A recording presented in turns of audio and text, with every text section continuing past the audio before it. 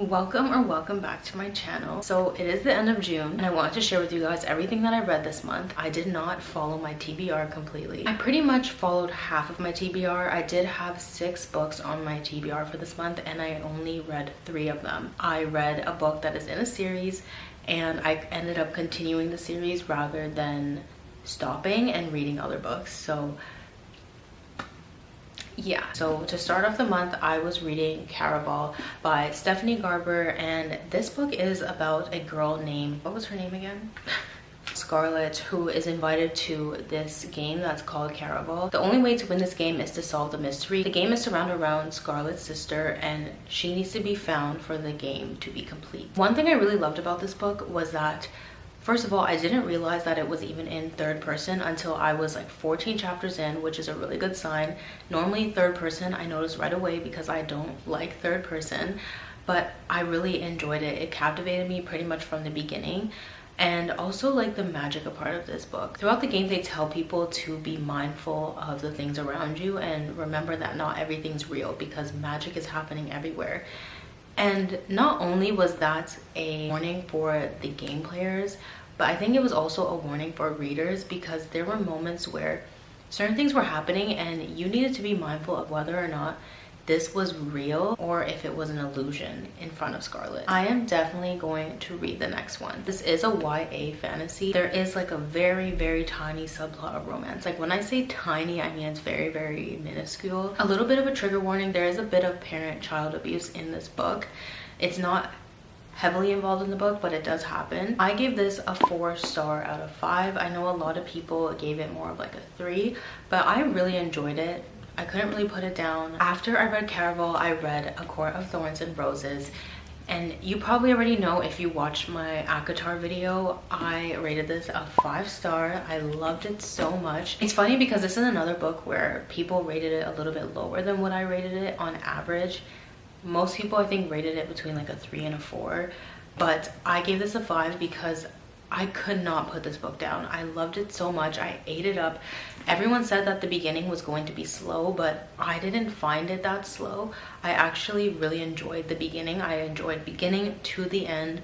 There was not one part of this book that I was not enjoying. This definitely, I think, might have turned me into a fantasy reader. We will see. I'm going to read more and see how I feel about that statement. If you don't know, which you probably already do, this is a fantasy romance novel.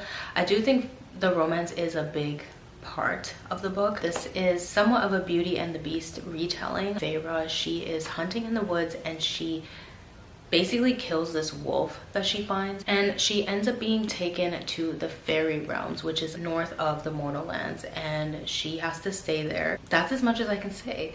I think if you know Beauty and the Beast, you kind of get where it's going, but there is so many twists and turns throughout this book, and the ending is so fast-paced but in a good way where so much just keeps happening. There's a lot going on in this book. It's just crazy. I tried to read another book in the middle of reading acotar and I did manage at the beginning, but then around the second half of the book I had to put this book down and I got back to it after finishing acotar, and that is The Fine Print by Lauren Asher. I still haven't given a rating for this book. I feel like I want to give it a 3 because I didn't hate it, but I didn't really like it too much. It's part of a series with 3 standalones that are all connected. So basically it's the Dreamland Billionaire series. This book is about Rowan. He's one of the 3 brothers from the Dreamland Billionaire series. So their grandfather, basically he owns a company that's like Disney. When he dies, all 3 of them get a letter giving them guidelines on how they can get their share of inheritance, I guess. Rowan's rule was for him to help work on Dreamland itself, the theme park, and to do something different and better the theme park. He meets Zara, who works at Dreamland, so it's basically one of those workplace romances, grumpy ex-sunshine, kind of like enemies to lovers type of romance novel. I personally am just really tired of reading grumpy sunshine. I just feel like sometimes the grumpy is too grumpy and sometimes they come off almost like borderline bully, and that's why it's kind of hard for me to like the guy. I wasn't attached to either character or their relationship too much. I feel like these types of books can get a little cringy. There was always a conflict. We were always hitting a conflict and then it would die down, hitting another conflict, and it would die down. Once the two get together, the spice came through a few times, but I will say the spice is usually within one chapter, so you don't really have to read that entire chapter at all. Whereas some books, sometimes it's just part of a chapter, but this one, the spice pretty much lasts for an entire chapter. So you can definitely skip the chapters if you want to avoid spice. I will say I am interested in reading the next book because I feel like the storyline is more something that I'm interested in, which is more marriage of convenience. But from what I've heard, all three of the brothers are grumps, so I'm a little bit turned off with that. After the fine print, I read A Court of Mist and Fury from the Acotar series, and this is book 2. Once again, absolutely love this book. I gave this book a 5-star as well.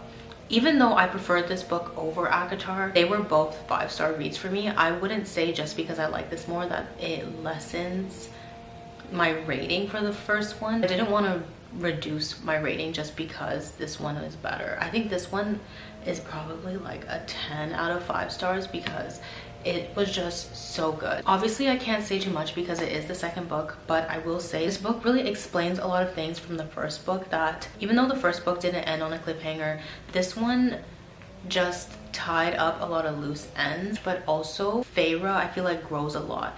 Although she was always like very independent and very like badass, at the beginning of this book she was going through some things, but she really came to be her own person and learn how to handle this new life that she has. She was just amazing. I loved her so much in this book. And of course, this is where I fell in love with Rhysand. It's funny because in the first book I didn't really understand why people liked him, but it all gets explained right here. This one's definitely my favorite one of what I've read so far, and I just loved it so much. And can I just say, whenever Rhysand says Feyre, darling, why does that get me every time? And last we have A Court of Wings and Ruin. So this was the 5th book that I read this month. I read a little bit less this month, but I did read a 700-page book. Plus I read this one. This one was 624. I also gave this one a 5-star. I think that will confuse some people. I do think that it wasn't as enjoyable as the last one, but again, just because one was better than the other, to me does not mean that this was not a 5-star read, because I would reread this book. I love this book. I love the way it ended. I love how there are a lot of things from the very first book that are explained within the second and third book. Like things that were literally thought of so early on make sense later on. I think a lot of people don't like this one as much because it's heavily war based. They're going through a whole battle and preparing for a war throughout this book.